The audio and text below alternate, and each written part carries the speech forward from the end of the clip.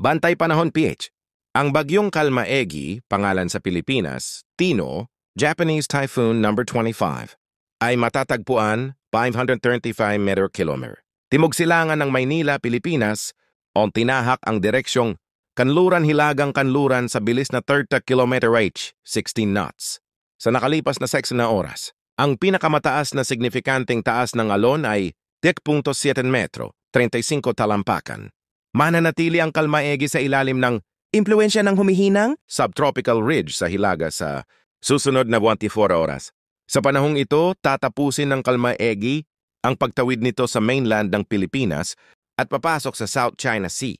Isang pangalawang ridge ang bubuo sa ibabaw ng Gulf of Tonkin na patuloy na magtutuwid sa Kalmaegi sa direksyong Kanluran-Hilagang Kanluran sa natitirang bahagi ng panahon ng pagtataya. Ang sistema ay maglalandfall sa baybayin ng Vietnam bago sumapit ang trans-araw at mananatili sa ibabaw ng lupa sa susunod na 4 na araw.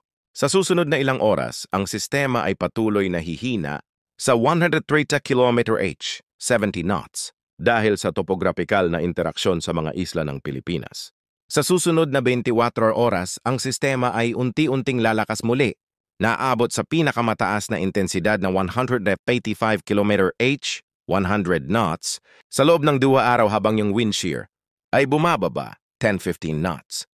Ang upper-level diffluence ay nananatiling paborable at ang temperatura ng dagat ay nananatiling higit sa 26 degrees.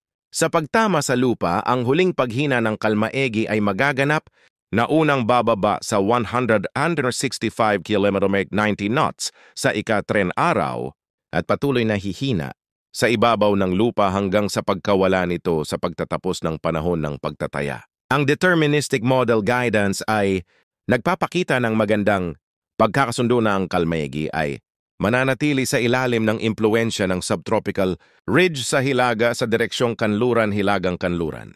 Maliban sa outlier ng NAVGEM, ang cross-track spread sa pagtama o sa lupa ay 204 km. Ang intensity guidance ay may bahagyang mas malaking spread na naglalarawan ng pinakamataas na intensidad na umabot sa 150-215 km/h, 81-15 knots.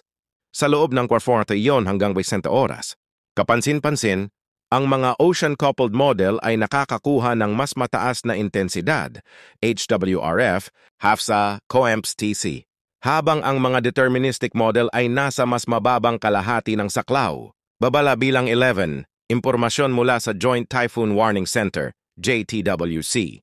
Mag-iingat po tayong lahat mga ginigiliw kong tagasunod, partikular sa mga apektadong lugar. Maraming salamat sa inyong pagtangkilik at pagsuporta. Ito po ang inyong lingkod, Joe Media.